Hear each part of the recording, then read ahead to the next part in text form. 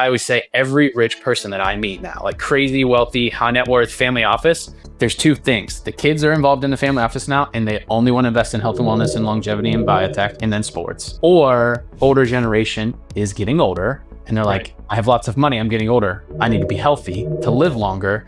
And then they're spending their money on and want to invest their dollars in the products that they're interested in. Every one of these family offices is reaching out like, I want to invest in health and wellness now. And you're like, wow, this is crazy. And it's within the past 18 months since longevity's been going on that these people are, 3 years ago when we were raising a fund and like putting money together to invest, everyone's like, whatever. And now it was like starting to pick up, but it was only certain people. And now it doesn't matter where they made their money or what they did. They're like health and wellness. Anthony, welcome to the Augmented Life. I really appreciate you having me. I've been really looking forward to having you on because I am not a health tech insider. I am a hacker and data nerd. And what brought me to this space was my desire to de-silo the world of emerging health tech. And so to orient myself around the space, I thank goodness found your newsletter and started educating myself. And I was like, oh, this dude knows what's up, right? You just a broad command of the space. So I could like sort through all the noise. What brought you there? Like how were you attracted to this space? How did you become this expert? I definitely wouldn't say we're experts, that's for sure. We're very much, and we came from a much different background than I think most people would expect. I was in the Marine Corps, and that's where I played high school football and then joined the Marines and had some really cool experiences there around health and wellness and fitness. And then when I got out, I was in my early 20s, and some family stuff happened to where I needed to like have a job, make money, have a career, and all I knew was fitness. So I became a trainer and a gym owner. So it was on the gym floor, like training at a YMCA and eventually opening our gym, and really just from that point doing from fitness to strength and conditioning to nutrition to health tech and wellness and building companies and startups. It all very much was like we started at the lowest level you could, literally on the gym floor, and trying to understand the space, and eventually just kind of stacked on top of itself. Right. Oh, that's awesome. I think I've read every major written doctrine of the Marine Corps. Like badass philosophy around not just like winning maneuver warfare, but also like radical empowerment of everyone, which I think is not broadly understood, right? Like there's some archetype of soldiers is just doing what they're told, but actually the way you win is to have smart badasses who can act autonomously and react very quickly to chaotic situations. So honestly, it totally makes sense that you were like, I know this. Let me just run straight to like my own operation. Yeah, I was 22. It didn't make any sense for me to open a gym. It didn't make I had a few certifications, but none of it ever, anything in our career has never made sense. And I think that kind of lines up. The joke was always confident and clueless, and it was like I was confident in my abilities, and I never really thought about failing. It was like you fail, whatever, but just keep doing it. And I was lucky that everything I've ever done from after the gym. So I started the gyms, and then my brother was the high school history teacher and like football coach, and the gyms grew so fast that I was like, well, you have to quit your job. And he's like, I went to school for like 5 years, 6 years. You got like master's degrees and all this. He's like, I'm not quitting my job. And I was like, this month we made as much as you make in a year. Like, I don't know what to do. So he quit his job and joined the gym. And then since that point, we've been doing everything together. And he's I barely graduated high school. He's the 2 master's degrees, smart, poised one. So luckily he's on my team. I don't think I would have made it otherwise. I also barely graduated from high school. There you go. All right. So now I'm putting this picture together. First of all, I think it's the case that behind every successful entrepreneur is a kind of like radical self-belief. Like you have to almost like have more confidence in your ability to solve problems than is truly warranted, because there's no end to expertise. Like if you're preparing to be an expert first before you take action, like it's just a recipe for never taking action. You know. But, right. And now I see that if you have that attitude, that like this is why I was drawn to Fitt Insider as a newsletter, because I feel like there is overwhelming choice, and it's not just me. Like if you want to nerd out on fitness, about what's new in self improvement, what's new in augmentation, which I'm all about. Um, there's literally too much to sort through. Um, so so if you're going to be good at that at all, it makes sense that you're getting to that place not because of some storied academic career, but rather because you can move fast and adapt quickly. And it was very much us looking at everything we've ever done was never like, we understand this, we're smart at this, we want to do it. It was very much like, what's the best thing to do for the people, whether it was our gyms or our equipment business or our tech company or whatever we started and did. It was like, what can we do to build the best possible product for the audience to add value? And with Fit, the insider content and everything, it was very much no one's talking about the space holistically from consumer health and wellness through fitness, active lifestyle, recreation. No one talks about it. And if anyone does in any media source, let alone our industry, it's promo and ads and paid content. And it's like, it's so self congratulatory and promotional. And we said, well, we'll do none of that. And we won't do ads and we won't do sponsorships. So for the first X amount of years, we didn't make any money on the content itself. We had other businesses that surrounded them. And that was really the driving force, was like, how can we build the best content that if we were on the other side when we were first founders, like information, news, data, details, no fluff, no nonsense, no promotion, just like what do you need to know? And then honestly, it was thinking, if we're going to be in this career for this industry for the next 20, 30 years of our career, how do we elevate the industry and bring it all together under one thing?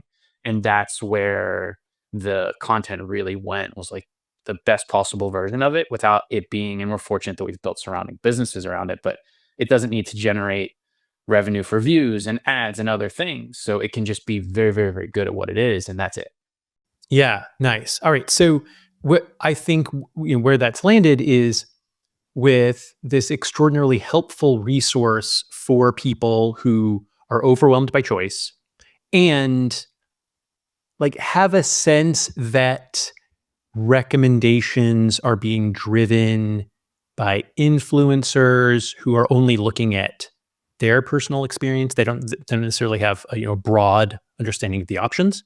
Um, and uh, there people are looking for something more trustworthy for just like navigating the choices, right? Kind of classic curation, right? Like a great curator has looked at everything and is like, I put together this museum program to teach you everything about this thing, and enjoy, right? Um, wh- where does that go from here? How do you see creation across the various choices like playing out? It seems like a lot of purchasing is driven by just solo influencers. Do you see a broader evolution towards curation? Yeah, it's hard right now because I think a lot of the younger consumers they get what whitelisting is. They get what the ads are and the influencers, and they know they're being sold to. I think there's like an age range where some people don't, some people really don't.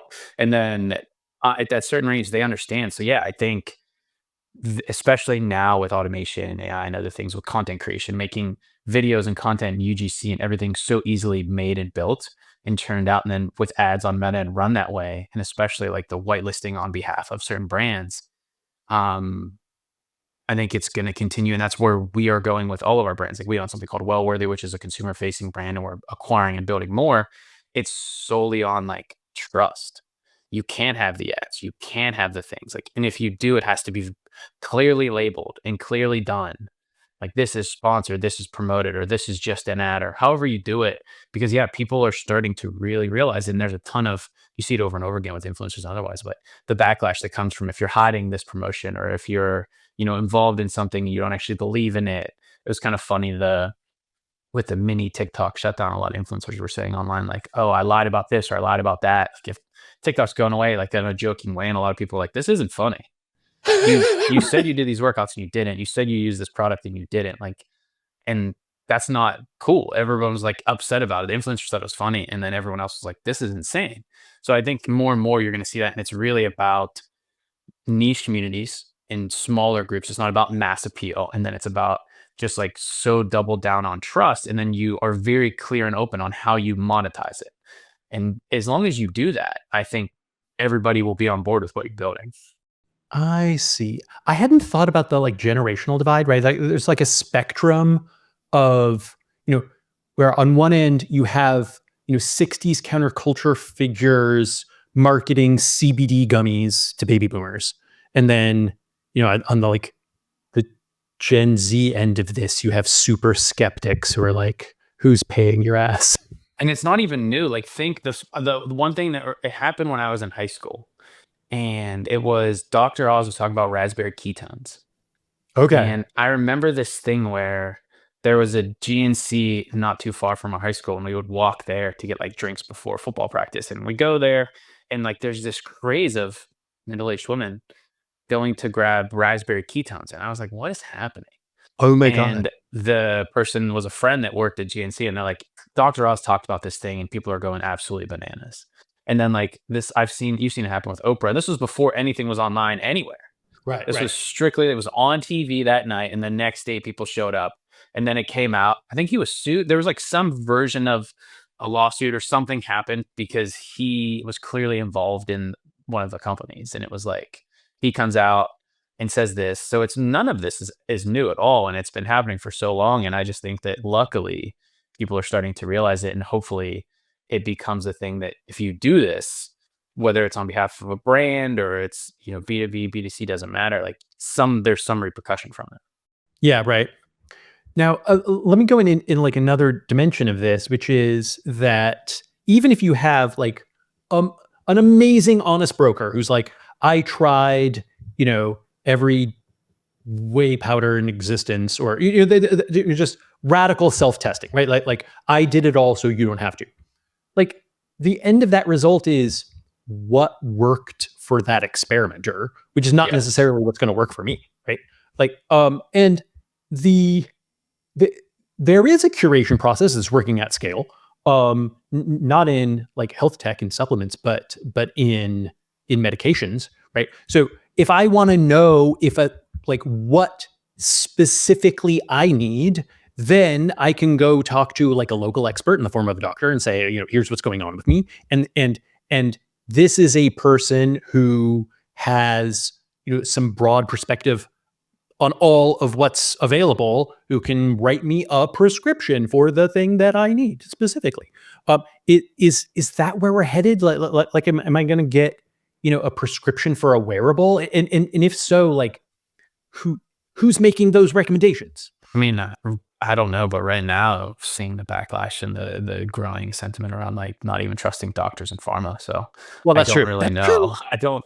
I think we wrote about it a few times. I see the wall between fitness and health in healthcare breaking down, health, wellness, and fitness and healthcare breaking down, and that I think is going to be driven by um, preventative, you know, and diagnostic things. So it's going to be, I'm going to get my blood test. Oh, I'm going to have my body fat and my body weight scan. I'm going to go through and do all of my biomarkers. Like, not, it's not there right now, but like where the function healths are going and the inside trackers and the others of like really in-depth testing of what is actually happening inside your body, and then mapping your fitness and wellness to that, and then mapping your actual healthcare to that doesn't really exist right now. It does for wealthy people. It doesn't for like the average American isn't going to go do a 120 biomarker blood draw and then map to where they're at. But that is, and like we just posted about it today, but like even as far as how that connects to the mold in your house, the water that you drink, the plastics that you use, like Right. it's all, and this is the one thing we've been talking about since 2020, which is everything is wellness. All of the products, all of the things, it all connects to, and eventually it shifted from like high performance lifestyle to, um, eventually being like concierge care and doctors to now it's like longevity is the term. But in reality, it's like, how do all of the things that you do impact your daily life? Especially as Americans, because of a ton of stuff that really messes us up. And I think that's all going to be bundled under wellness. And then it's going to be driven through diagnostics and preventative scans and tests and other things. And then your doctor's going to react to that. And then you're going to use your wearable and other things to then send information back to your doctor and map it to your tests. And that's going to be your holistic health plan. A lot of people do that now. It's just very expensive. Yeah, yeah. What got me on that track was meeting Justin Mares. Oh, He nice. founded Kettle and Fire. I was a fan of Kettle and Fire products, not really thinking about wellness, but rather just because I like cooking, and that product is just the best if you care about high quality bone broth. But he was about to co-found TrueMed, this entirely different company. And he was the first person that I heard talk about sick care versus healthcare. And that just hacked my brain. I was like, oh, I've been consuming sick care all this time. And I need to jump tracks and pursue like true healthcare, which means proactively making myself healthy as opposed to going to a doctor to fix something once it's broken. Totally. I mean, that's the big change for it all. It's just, and there's so many different avenues of it being spun up right now, like Callie, the co-founder of TrueMed, and like what he's doing, talking about all this stuff. But there's that angle, which is like it's the government's fault, it's the company's fault. Then there's like it's your personal responsibility and what you should do. But then still, none of this trickles down to the average person. So it's like, when does that happen? That's what we're super excited about. Companies building in this space, trying to like push towards that, and then that's also why we're looking at building and acquiring services and companies to. We launched Wellworthy. We're building others to try to go towards the B to C model, because that's super exciting for us. Because yeah, it is that world of you. So much is wrong with a lot of things that we consume and do, and the interactions we have with healthcare. Not even, I don't live in the world of like everybody's evil trying to poison us with food dyes and everything else. I just think that it's all about money. Everybody wants to make more money. It's the easiest way to make money. And same thing with doctors. I don't think your doctor's trying to poison you. I think that they have like 2 minutes with you and they're overworked and fighting with Medicare to make sure you get your cancer treatment or whatever's happening. Like, how do we handle that? And that's the point that we, as we look at, backing more companies and getting followed, that's where we get excited. Like, how do you fix that overall? And that's why with Fitt Insider, it's very much the most plain look of like, here's a company doing something. This is why it's good. This is why it's bad. This is what it is. Here you go. Because we think the only way this is ever going to get fixed is founders. People like Justin, people like others that are like, I'm going to start a company. It's going to make something easier, better, and change it. It's the only way I think it's ever going to change. It's not going to be government. It's not going to be regulation. It's not going to be anything like that. Yeah, yeah. I'm with you. It's like the healthcare advances in many ways are extraordinary. Like if you get in a car accident, if you have a fall, if you get stabbed or shot, like the emergency room is going to take extraordinary measures to patch you back up, and what they're capable of is astonishing, right? Like it's not like healthcare has been standing still, but the kind of goals being pursued by those that are biohackers or say they're pursuing longevity is just like completely different, and there isn't yet a strong incentives, kind of a strong regime of incentives to harness all the med tech in that direction. But this seems like it's a solvable problem. It's just not yet solved. And there's just so many problems and so much disparity on the money side where, so like I've been through it. My father passed away when I was young from cancer. I was diagnosed with, I had some major health issues, and I've been through watching him go through treatment and chemo radiation. I've gone through it myself. And you see, like, my doctors never talked to me about nutrition. They never talked to me about so many things. I wasn't getting the test that I was getting done, and the way that it was done was making sure that I wasn't dying. It wasn't making sure that I felt better. And then after the process, and when you're like, oh, you're healthy again, they're not like, okay, now you're going to go to this place to do these things to feel better. They're like, you're healthy again, celebrate. And you're like, I feel horrible. great. I'm so happy to be alive. This is amazing. And then 3 months later, you're like, I feel horrible. I don't know what to do. And that's when this preventative and proactive side becomes a thing, and you work on that. Um, and you get why it is that way. There's just so many people are sick, so many problems that doctors are overwhelmed, like they're dealing with it. But who's going to build a company that connects all of that, where your doctor and your PCP and your other people and like everyone's looking at it? Such a big opportunity. Yeah, right? And you've written about, I think the way you put it is, you've written about the proliferation of passive health checks. Like for instance, I got my Apple Watch, I've got my Aura ring, I've got an 8 sleep bed that's also adding, extra sensors and instrumentation, and that's just always on, right? Like these systems are always producing data. And it makes sense that as those become even more popular and more normalized, they'll somehow be brought to bear in preventative healthcare. Yeah. Like, what, do you see anyone taking action in that direction? What's exciting you there? Yeah, I mean, obviously the investment uh, Aura just had with Dexcom, was that name was Dexcom, right? Yeah, so that investment in the valuation they had, a lot of people are like, "Oh, that's a very high valuation." It's like, well, if they're working to integrate Aura to be a med tech product and integrate across the board, it's a game changer. That's the step in the direction. That's the first major step where Joe and I are like, "Oh, this is a major validation." Because it's funny, when we were, when Fitt Insider started as like me texting friends news and stuff in 2020, it was like even 2019 when we were all get together and hang out as like founders in the space. Very much it was like, if you were raising money in it and you're doing things and everyone's like, fitness, whatever, health, wellness, whatever. The change in the past 5 years is absolutely absurd. To go from, like, think about all the like, oh, that's cool and nifty and like people are healthy, whatever.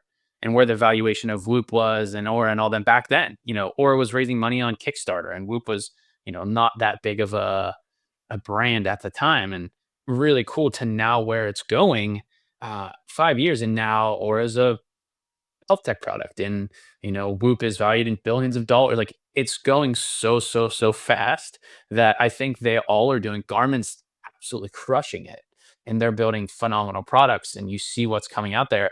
So I think all of the companies are building in the right direction, but I haven't seen anybody yet push towards they're all doing it and they're all building towards it, but how do they break that barrier, like you said, to become an actual health tech product and like integrate with your doctor and other things and make it something that everybody is using? I mean, there's some companies like Terra, the API company, that's working on stuff, and others that are like, what's going on? But overall, it's just I think it's like regulatory and infrastructure and like selling the healthcare system on it that is what's going to be the barrier. That's just going to take years and years of fighting. Yeah. Yeah. One of the things that we've seen, just like, it's kind of a grassroots thing from Fulcra users, is people just bringing their data in to the doctor, right?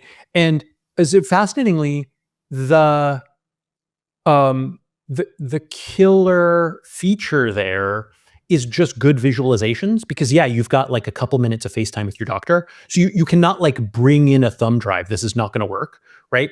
But if you can show a year's worth of personal data in a pretty easy to understand Yeah. infographic that they can wrap their head around right there, then you can unlock some action.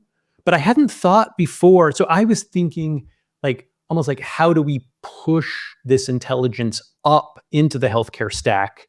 Though you're making me realize, by pointing out the strategic investment in Aura, that the other way that this can go is actually pull. You have the traditional med tech providers going, hey, let's make use of this stuff, and they proactively pull it in. Well, I mean, with what you guys are building and what's out there, it's it's so good to provide that holistic life picture for the consumer. But again, for a normal person to walk into their doctor, like I live in Pittsburgh, I'm gonna go to my doctor and be like, "Here's all my stuff. What should I do?" They're gonna go, "I don't know. Yeah, Whatever." right. Great, like, cool. But and as you said, so we have a on our consulting division, a ton of work that we do is with these very, very big companies that are health tech now. It's all health tech and Fortune, 50 and other big companies that are not in the health and wellness space at all. They're like, how do we do this? Like, what's happening? Whether it's a social network or it's a e-commerce company, and they're all looking at like, oh, we're building a health division, or doing this, or launching these products. So I think the pool is what's going to do it.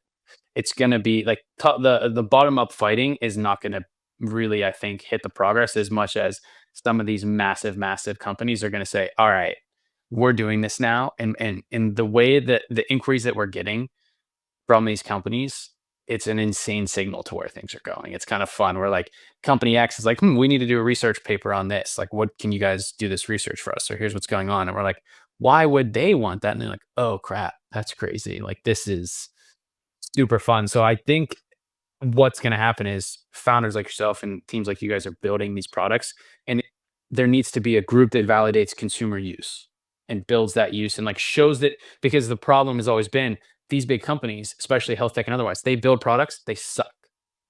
Nobody uses them. A lot of things that are out there now have existed, like even TrueMed, HSA, FSA, not new, been around for forever. The doctors know things new, all of that, what's going on. But in reality, no one even thought about it. It was like a way to put some money away in taxes and hopefully save money on some expenses that you can. And now what's happening there, it's nothing crazy new, but it's just building it and getting people to use it and making it cooler and more accessible. And you guys are doing that too. So as long as you keep doing that, and then the partnerships with some of these big companies, it's going to be instant. So everyone has to be positioned and validated enough for those big companies to say, "Oh, you're now partnering with Abbott, and Abbott's going to use your dashboard for everything." And you're like, "Oh, well, now we have 25 million users."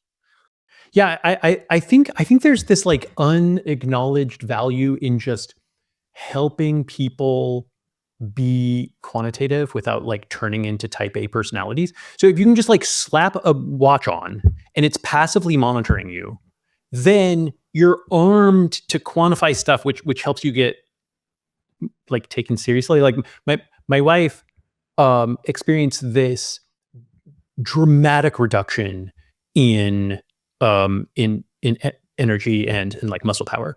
And visit number one of the doctors. Doctor's like, yeah, all right, well, you're getting old, in your 40s, blah blah blah. And she's like, no, you don't understand. I was like competitive in kung fu, right? Like this is not a little difference, right? Like um, and the it, being it like I think doctors have to sort through this a lot. It's like people show up and they're like, I don't know, I just don't feel like I used to. But you have to suss out, is this in their head, or is this like signs of a major metabolic disorder, right? And if you have a bunch of passive monitoring that can actually quantify, like, actually, this is the big shift in my calorie burn down from 2 years ago to this day. Like, Yeah. here are changes in HRV, here are changes in respiration. Like, something happened. Then it can help, like, just get over that. I don't know, like skepticism barrier from everyone that is trained to, expect horses, not ever see a zebra. I still think it tracks back to like the kind of age of the doctor too, where they're like, Oh, they're like, yeah. yeah, whatever. We've seen it firsthand. Like, I I was like, oh, I am having seizures. I'm sick. I know what this is. Like, it's in my family. Other people have had it. I go to the doctor. They're like, oh, you just have vasovalian or something where you just pass out randomly. And I was like, no. Okay. I'm 29 and I just pass out. Cool. Right. Awesome. And then luckily, fortunate that like another friend was in this space, was a doctor and whatever. And I went to him and he's like, oh, yeah, we'll do this test tomorrow. Like, we'll figure it out. But um, I think it was the type and personal interest and age of the doctor where they're like, you're fine. Like, get over yourself. It happened to my dad. My dad passed out at work and he went to the doctor and they're like, oh, you have sleep apnea. You need to like sleep better. And then it happened again and again. And then he went back to the doctor and they're like, oh, you have glioblastoma. We need to do emergency brain surgery. And you're like, you hear thousands and thousands of stories.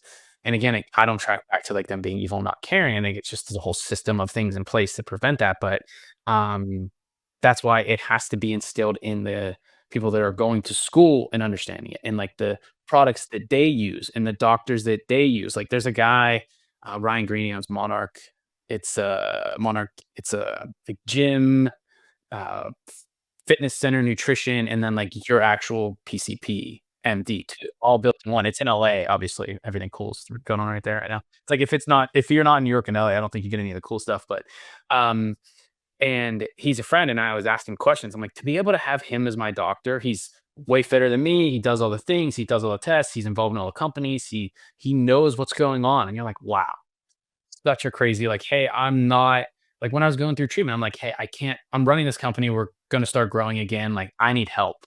And he's like, okay, let's do the test, let's figure out what's going on. We can do these supplements, these products, you can take these medications, but here's the raw problems, here's how it's gonna affect you. And like spending the time to be with somebody like that is just insane and so fortunate. So I just think it's as those doctors come up and they go through school and their personal interests change, you see it on the fun side. I always say every rich person that I meet now, like crazy, wealthy, high net worth family office, there's two things. The kids are involved in the family office now, and they only want to invest in health and wellness and longevity and biotech and then sports. Or the older generation is getting older and they're like, I have lots of money, I'm getting older, I need to be healthy to live longer. And then they're spending their money on and want to invest their dollars in the products that they're interested in. And it is stuff like oil and gas, old school paper products, sports teams. Every one of these family offices is reaching out like, I want to invest in health and wellness now. And you're like, wow, this is crazy. And it's within the past 18 months since longevity's been going on that these people are, 3 years ago when we were raising a fund and like putting money together to invest, everyone's like, whatever. And now it was like starting to pick up, but it was only certain people. And now it doesn't matter where they made their money or what they did. Nuclear energy, they're like health and wellness. Yeah. Wow.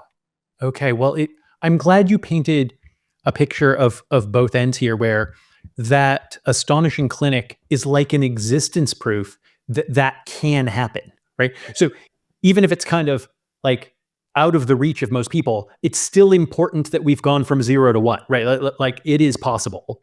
And then if there's a bunch of capital pouring into this space, then at least some people are going to spend that capital on like geocopying or scaling the models that have gone from 0 to 1. We wrote about it a long time ago, and now it's like a normal thing, but like gym is a clinic. It was years ago that we were like the first hint of taking your tests at the gym and building it all there. But now like Lifetime's doing it, and all these places are launching their clinics and they're going. And the hard thing right now is the wave of consumers stuff launches. What you're seeing is just prescription mills. These online companies that are longevity that are giving you TRT and clomiphene, women's health. They're giving you certain hormones or those things. Like they're more pushing just prescriptions. But it is what you said. It's the 0 to 1. Like they're starting and learning and building, and there's so much money and time and effort. And I can name 25 companies that are doing this right now. You can get peptides and coaching and this. And Ryan is now doing an advanced version of that with Monarch, where it's like, I work out there, I get my nutrition there, I train there. That's where my doctor is. It's all like in a thing that I'm doing. And that's happening now. If Lifetime's going to do it, well, then, and it's going to keep going. And like Inside Tracker is partnering with the gym in San Francisco that's launching this do your tests, track, and train from it. So it's really ramping up, and that is crazy exciting for us because it's how you get to these people like on the ground. Yes. Wow. There's some real ancient wisdom here. Like I mentioned my wife, the foundation story, the origin story of the Shaolin Temple, it is rooted in Buddhism. So this great teacher arrives and tries to teach the students, and they don't have the physical rigor to do the mentally rigorous stuff. So he's like, hold up, I'm going to teach you guys how to exercise first, and then we'll get back to the meditation. And I'm personally a student of Stoicism and Buddhism. There was cultural interplay between the two following the conquest of Alexander. So the Stoics influenced the Buddhists and vice versa. And a common theme is that this kind of philosophy is itself a kind of exercise for the mind, and you also have to exercise the body, and doing the two together is like the golden path towards happiness and like full realization. So it's nice to see a like modern version of this re-emerging. I think there's also like increasing cultural interest in these like wisdom traditions. I wonder if that's Maybe that's less of a coincidence than I was thinking. Yeah, I definitely think, especially the people that I interact with, there is an increase in that Yes. side of things. Yeah. It's really cool to see, and it's fun. Yeah, right. Yeah, Agreed. Yeah. All right. So now do some unusual dot connecting. Speaking of philosophy as like going to the gym for your brain, um, and and the end goal being living deliberately, right? Like truly being liberated and and acting with great deliberation. You've written about behavior change, habit formation, and in particular habit stacking, right? Like the model that if you want to change, like find something to add the new behavior to that you've already done, mhm. and and see if that works. Um, ha, Again, trying to take advantage of just the breadth of what you've seen, like what works and what doesn't when it comes to like the habit stacking. Have you seen, success, and have you seen lack of success, and did you see any patterns there? Absolutely, and it's fun. It honestly tracks back to us kind of building the gyms and like thinking where we started, the types of people we were training, what we were doing. It was the most basic small wins. And that's the thing that Joe and I always fight with about the industry. It's like the next newest X, Y, and Z thing when it's like Right. walk, drink water, get sleep, stretch and do movement, take X amount of vitamins. Like everyone's like deficient in magnesium, vitamin D, and zinc, or whatever the stats say now. They're like, there's these 5 things you should take, and fish oils and protein. And it's like life changing for most people. Absolutely life changing. Will be better than any medication and or program of fitness that you ever do if you do those 5 things. Um, but nobody wants to hear that. Nobody cares. So it's like, and it goes back to who was it? It was like the Jordan Peterson make your bed thing. Right. Yeah. Yeah. For whatever crazy stuff he says certain times, like the thing that aligns there is like do the small wins, build things over time, trust and show to yourself that you can change these habits and build them and learn from them and do it. And for health and wellness, that is it. It is, wake up, drink water, go to bed on time, stretch, move a little bit, take the things. And if you can get somebody to do those, and then because they have to feel it for health and wellness, the reason, you know, GLP-1 stuff is taking the world by storm is you can feel it and you can see it almost instantaneously. You're not hungry anymore. You're not eating. You're losing, a pound a week, 2 pounds a week. And in reality, all it is doing is stopping your body from wanting you to do those. Like it's just and that's why like it's supposed to be built around a habit change where that's how if you take it without habit change, it's probably bad for you. But um people have to feel it. And that is the thing that in health and wellness is so hard is like that delayed gratification, that delayed win. And that's where like if you do the basic things, we would always say like do it for a week for a week, drink this water, don't do this, don't do like small basic wins, and then come back to me and talk to me about how you feel.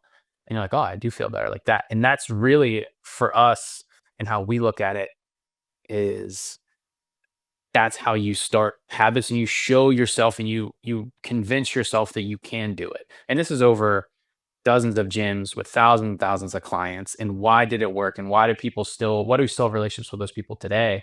Is very much like we weren't selling program weight loss. We weren't doing new body, new year, 28-day challenge, nothing. It was like, come in. This is the theory we're going to go after. We're going to work out right. We're going to train hard. We're going to make sure you burn calories the right way. But also, here's the 10 things you have to do. And then come back and talk to me about it. And then we're like, wow, it works. If someone does the basics and then you build over time with that habit, it works at a insane rate. Awesome. Awesome. I have a personal experience that matches this.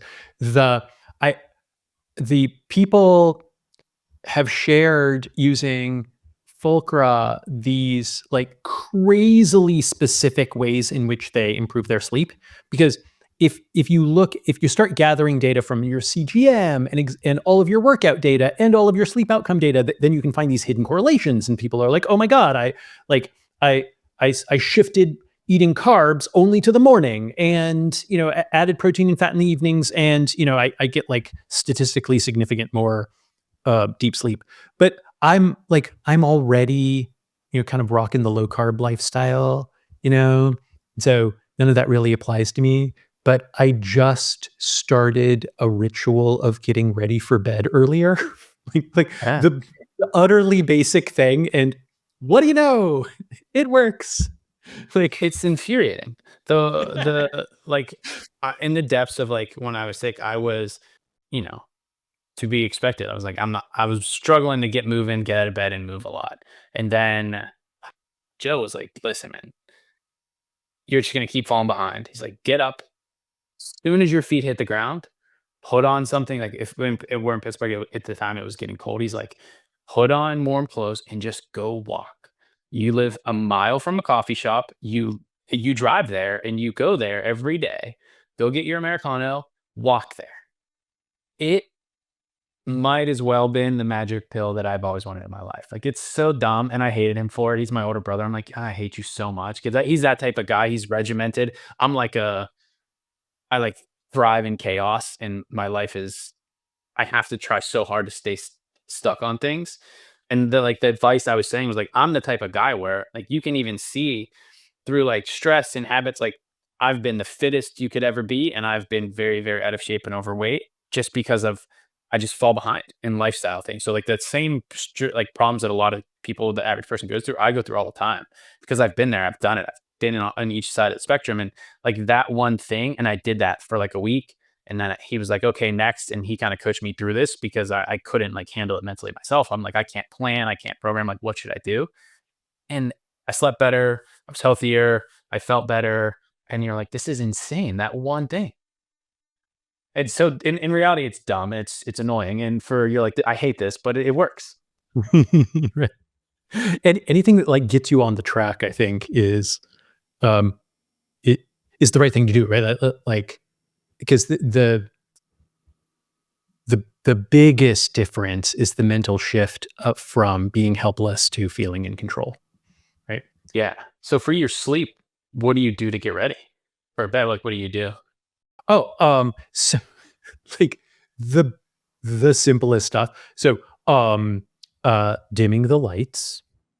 Um, the I actually the thing that's the most obvious but was the hardest to implement was to really stop working. Like, okay, I'm genuinely going to not squeeze in another just check to make sure that everything's cool on Slack or email or whatever, Yeah. right?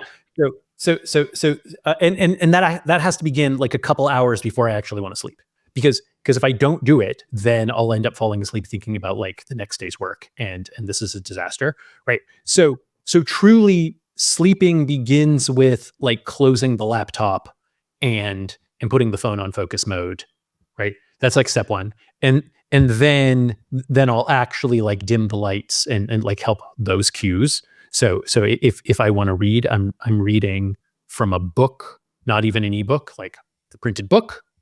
And the um not only has that improved my sleep, but like it's actually like I thought sometimes I was waking up in the middle of the night because being an entrepreneur is stressful. Like, because I'm when I was waking up, I was thinking about business problems. So I was thinking, it's the business problems keeping me awake. But that was Yeah. not it. It was my habits which were keeping me awake. And then when I woke up, I thought about business problems, right? So you cannot solve all your business problems. So if your like magic solution to sleeping better is to like make all the problems go away, you're screwed, right? Like that is a failing strategy. Yeah. In actual fact, what I had to do was like focus mode, dim the lights, make that a deadlined ritual, and and read a book made of paper. Done.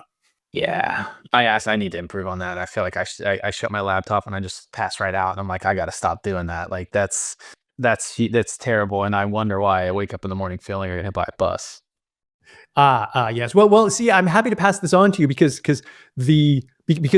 I feel like this advice is really actionable. That whereas I have other stuff where I like share what works for me, and people just like blink at me. They're like, I could never do that. Like I happily one day, it's been years ago, my wife and I, we kind of dared each other. We're like, okay, we're going to do a multi-day fast. We're gonna like not eat for days at a time, right? And I was like so nervous that our first attempt, and then we do it, and it was not even that long. Like I went 2.5 days. I went 60 hours. And then I broke my fast with some salami, which was, delicious, delicious salami. But what happened after that 2.5 day fast was nothing. Nothing happened. And that was literally a life-changing moment because I learned I could fast for 2.5 days and literally nothing happens, right? So it went from being something I was scared of to being like a skill that I had, and that broke food's hold on me, right? Like suddenly I knew incontrovertibly that I could actually go days without food. So why ever eat something that's not magnificent? Like why ever accept the junk food on an airplane? Just it was like a light switch. But I tell people this story because I'm like really excited about it, and they're just like, yeah, I could never do that. Yeah, I I've done it. I had to do it around what I was going through, and it was like one of the recommendations was like fast around certain things because there's no chance you get sick essentially, which was one of the big things. And because I have like a crazy, I blame my Italian grandmother, but I have like an insane emotional eating habit. That's why my weight has always fluctuated so I much. see. And I see. it snapped similarly to you. Something clicked and it happened to where like I love food. I still love food. Like that social gathering habit, like comfort that comes from that.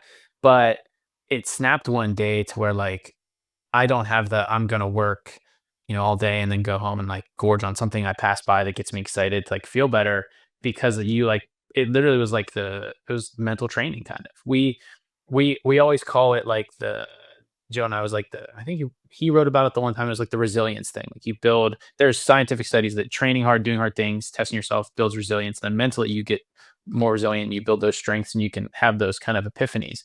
And yeah, you can be like, oh, I'm not doing that anymore. And it happened out of like necessity for me, but same, it was like, oh, I'm not gonna order pizza right now. Like that's kind of crazy. And it would, yeah, I mean, props to you for kind of going through that and figuring out just by choice. I was forced to figure it out, but that's awesome. And I think, yeah, the fasting stuff is awesome. Like many things, like it happened because I had a buddy, right? Like in this case, my wife, but like so many things. It's like if I didn't go through with it, then I'd be failing her, and she probably felt the same way, right? So we both kind of goaded each other into it actually happening, and that was critical. That's awesome. Yeah.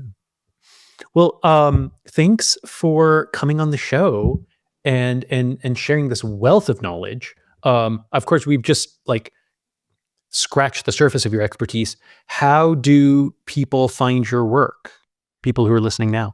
Yes, I appreciate that. And like I said, I don't think we have the expertise. I think we just do a good job of highlighting all the people that have the expertise and like surfacing it in an easy to read way is our skill set. So yeah, it's the fit.co or just Google Fitt Insider. And on LinkedIn we share a ton. The newsletter is the kind of main thing that we do every Tuesday. We send a newsletter that is, from what we've heard, too long. We're working on that. Too much info. But and then we also have a brand called Wellward it's a new stand up for us, trying to build a consumer discovery platform for cool products, fun, trying to make fitness and wellness fun, but also sharing like you said, some version of like validated things as well. So, and then just kind of reach out to me through any of those platforms. The newsletter actually comes from my email. Uh, don't know if that's good or bad now that it goes out to 100,000 people and a lot of people reply and tell me their opinion, but the newsletter is the email you get from the newsletter, and the welcome email is actually from my email. So come say hi. Right on. All right. Thank you. Thanks.